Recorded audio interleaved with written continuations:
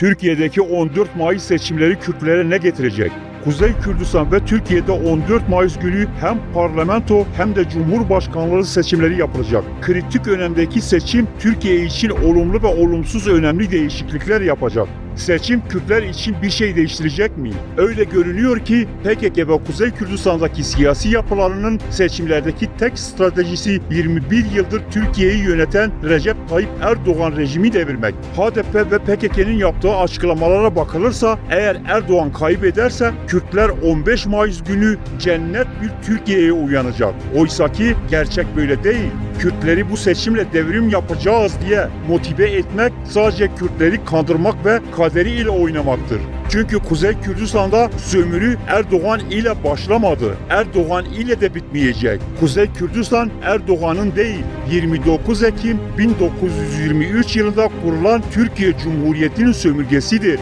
Bu nedenle değişen iktidarlar, başbakanlar, cumhurbaşkanları, parlamentolar Kuzey Kürdistan Kürtlerini sömürge olmaktan kurtarmaz. Hiçbir seçimin sonucu da Kuzey Kürtlerini kurtarmaz. Kürtlerin sorunu rejimle değil, devletin temel kurulma mantığı iledir. PKK ise yıllardır Kürtlere hükümet değişirse kurtuluruz demektedir. Oysa Kürtler hükümetlere karşı değil, devletin kuruluş mantığına karşı mücadele etmelidir. Kürtleri devletle değil, hükümetlerle uğraştırmak sadece Kürtleri kandırmak ve zaman kaybetmektedir. Tabii ki Kürtlerin seçimlerdeki gücü Kürtlere mücadele zemine getirebilir. Kürtler pazarlık yapabilir. Fakat Kuzey Kürdistan'da bunu yapacak kimse yoktur. Herkes Kürtlerin oylarını istiyor. Türkiye'de aylardır tüm parti ve adaylar Kürtlere şirin görünmeye çalışıyor. Çünkü Kürtlerin önemli bir oyu vardır. 14 Mayıs'ta yapılacak seçimlerde Kürtlerin oyları kimin cumhurbaşkanı olacağını ve parlamentonun rengini belirlemede önemli olacak. Fakat buna rağmen bu seçimlerin sonuçları Kürtlerin dil, kimlik ve kültür gibi haklarını kazanma ve sorunların çözümünde rol oynamayacak. Çünkü ne AKP, CHP gibi sistem partileri ne de Kürtler adına yola çıkıp Kürtlerin oylarını isteyen Kürt partilerinin Kürtler için istediği bir şey yok. Kuzey Kürdistan'da hangi partiler seçime giriyor? Kuzey Kürdistan'da HDP, Hüdapar ve Hakpar olmak üzere 3 parti seçime giriyor. Hüdapar, İslamcı eğilimli bir parti. Tabanının %99'u Kürttür. Fakat Kürdistan söylemleri yok. Kürtler adına bir talepleri de yok. Seçimlerde AKP ile ittifak yaptı. Hakpar, bu partinin tabanı Kürt, Kürdistani söylemleri var. Kürtler için federasyonu çözüm olarak görüyor. Fakat örgütlenmesi zayıf, seçim öncesi çalışmaları yok. Bu nedenle seçimin sonucunu değiştirmesi beklenmiyor. HDP, tabanı %99'u Kürt, Kürtlerin oylarını alıyor. Bir önceki seçimlerde 67 milletvekili çıkardı. 100'e yakın belediyesi vardı. Kuzey Kürdistan'da en çok destek gören partidir. Fakat ısrarla Kürt partisi olmadığını söylüyor ve Kürtler için bir talepleri yok. HDP bu yıl kapatılmaya karşı tedbir olarak Yeşil Sol Parti YSP adlı bir parti adıyla seçime katılıyor. Bu parti daha önce tedbir olarak kurulmuş bir parti. Yani isim değişse bile aslında HDP'nin kendisi. HDP Kürt Partisi mi? HDP'nin ne seçimlerde ne de sonrasında Kürtler adına kazanım yapmasını beklenemez. Çünkü HDP'nin Kürtler adına bir istemi yok. HDP 14 maddelik bir seçim bildirisi yayımladı. İçinde LGBT haklarından hayvan haklarına, çevre korumadan doğru şehirleşmeye değin pek çok şey vardı. Fakat bu bildiride Kürtlerin yaşadığı durum basit biçimde dile getirildi. Sadece genel olarak özgürlük deniliyor. Özgürlük göreceli bir kavramdır. Somut bir talep değildir. Federasyon mu? Kendini yönetme hakkı mı? Ekonomiden pay mı?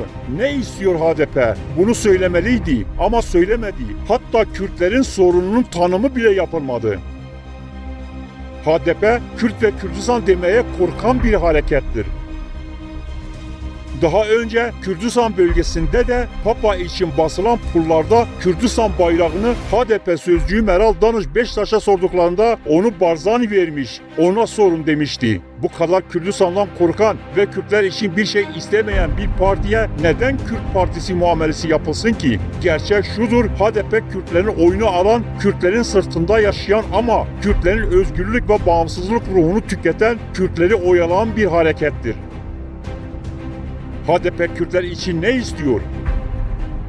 HDP programında Filistin halkına özgürlük ve bağımsız bir devlet talebi var. Ama Kürtlere bağımsız devlet talebi yok.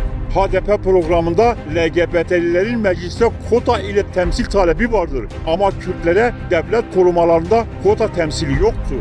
HDP'nin eş başkanları Mithat Sancar ve Pervin Buldan her ikisi de Kürt değildir. HDP Kürtleri özgürleştirme değil, Kürtleri devlete bağlama dışında herhangi bir görev yürütmemiştir. Ayrıca HDP'nin kendi iradesi de yoktur. HDP Öcalan ve Türkiye Devleti'nin kurduğu bir harekettir. Kürtlerin radikal damarlarını budamıştır. Kahrolsun sömürgecilikten, yaşasın Türkiye Cumhuriyeti'ne Kürtler.